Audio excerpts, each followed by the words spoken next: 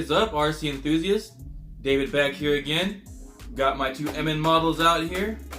Going to show you a little bit of differences and what I think about them so far.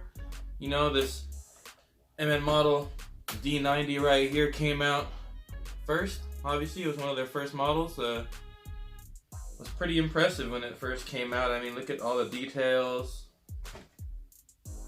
It's got a nice little roof rack. You can remove this whole white section top right here to make it like a truck bed, and it even comes with a little attachment that you can convert it into like a little truck. So it was pretty cool. You know, when this thing came out, I was like, pretty promising. Nice looking model, you know, give it a try. It's a little bit bigger than the WPL models, which if you guys watch my videos, you guys know I love WPL stuff, so thought I'd give this a try, see what they're like. Not bad, you know, I do like the quality of the parts. I do like how everything down there goes together, but if you're looking down here right now and saying, that doesn't look like a stock one, that's because it isn't.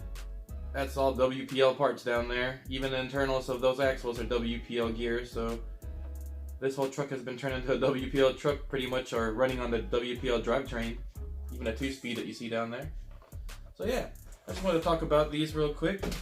Still running on the friction shocks, you know, no oil shocks on these. You know, I don't see the need for them really. I usually put the oil shocks and tune my shocks and suspension to faster trucks that need to absorb bumps and everything. So, you know, maybe this one, since it's a brushless now, I might need to put some oil shocks in here to make it more fun to drive in a faster fashion, because it does bounce around a lot. It's a little hopper. But anyway, don't get too long on that. We're here for this guy right here. Oh man, doesn't she look good. I mean, I really like the body. It looks great. The only, you know, there's little gripes I have, like this piece right here. It's not supposed to be popping out. It's supposed to be flush with the rest of the body on the real truck. The rear window is one whole full piece, which is not supposed to be. On the real truck, it's got quarter windows right here and a window in the middle. So other than those things, nothing too different. So just wanted to put out this video to tell people, you know, my thoughts of this rig right here. It's okay, you know, the body looks good. It's not the most scale or not the prettiest body, but it definitely looks good. I mean, if you like Toyotas, you're gonna like this for sure. And everything pretty much from this to this is the same. Like, no joke, every part is pretty much the same except for the actual metal frame rails. Those are actually designed differently. You know, they're not bad. They're toys for sure, toy grade for sure. I mean, you can upgrade it to be hobby grade, like I believe I've done to this one. This one is running on a 2S brushless system right now with a 25 amp Castle Creations ESC. All ball bearings in here. All the bushings have been replaced by ball bearings, and you know, I consider this pretty hobby grade as it is right now. This one right here, this is still set up as toy grade. I just built it kit stock. Still got the plastic ring and pinion gears, plastic drive shafts. Except for the rear pinion gear, I replaced the metal because I actually ruined that one on that first run video that you watched me bashing around in my backyard. So when I put this together, this one right here never seen stock parts on it. Never. From the beginning when I put this together, this was straight to WPL metal, everything. And so I have no experience with that. So I decided when I got this guy, I was going to go ahead and give myself the MN model experience, you know. And obviously rear pinion didn't last one run the way I abuse my vehicles. And this rig right here I'm controlling right now on the regular RTR WPL electronics. Not the greatest for such a heavy rig, you know. I mean, these RTR electronics are pretty much made for just bashing around the yard and towing your little trailer or something like that, you know. Other than that, for crawling, this has no power for that. This stock system just doesn't have enough amps or something in the ESC or something. It just can't power the motors to give you enough torque to get over obstacles without having to fully gun it and pretty much, you know, flying through the obstacles. There's no proportional slow crawling ability to it whatsoever with that. So what I did was I replaced it with my own RX and TX that was from a boat of mine that I sunk in the lake a while back. I had a spare receiver to that controller, so I decided to use it again. And I put it on this, and I put that 30 amp Banggood cheapo ESC in here, and I'll tell you what, almost night and day difference in how it handles. Definitely can crawl a lot better now. You do have a little bit more control if you're crawling. You're not just gonna bounce over stuff and full throttle just to get out of things. So it is a little bit better now, But you know me, I still want my 2-speed in this thing. That's just the way I am. The 2 speeds definitely work good for me. So anyway, I'll bring you guys in closer. I want to show you guys a little bit more of the differences between these two right here. Just a close-up look so you guys can see what I'm talking about. You know, other than that, there's not that many differences. And then I'll get to what I did to this to make it perform a little bit better.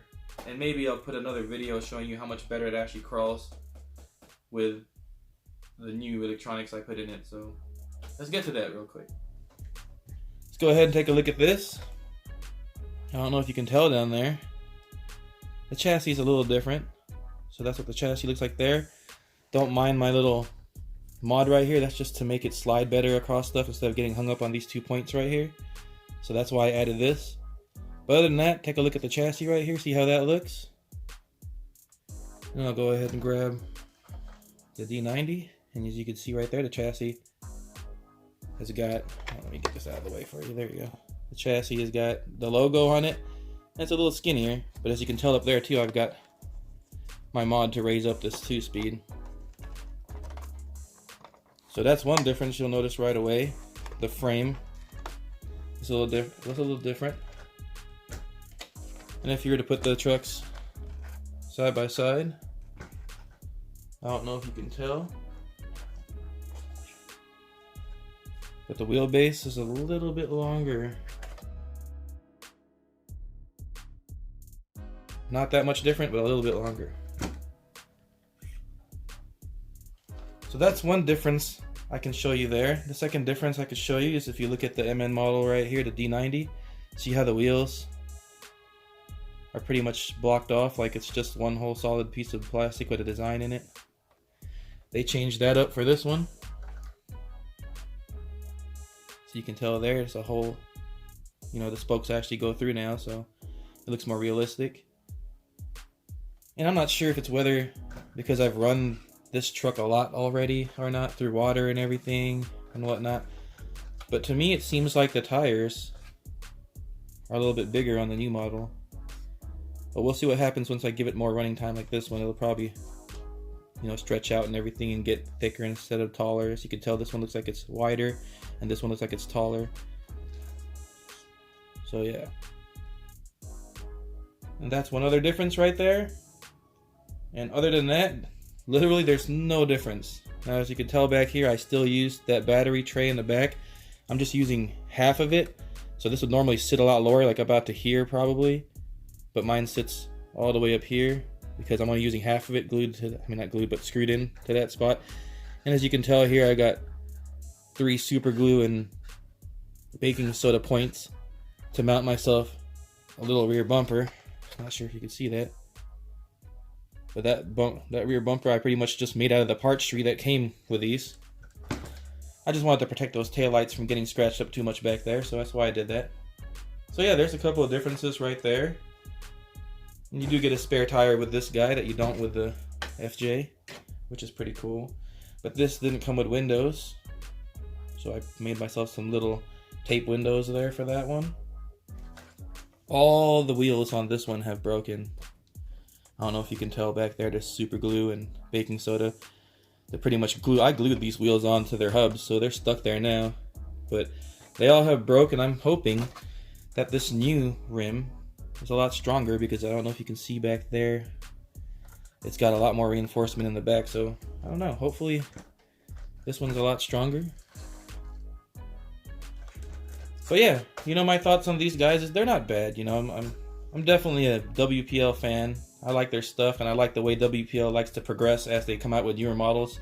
This one right here just seems like it's a step down from this model. I mean, they put the windshield wipers in the plastic of the window, so it's just molded on there, versus having actual windshield wipers on this one. Little molded pieces that you could install here. There's none of that on here.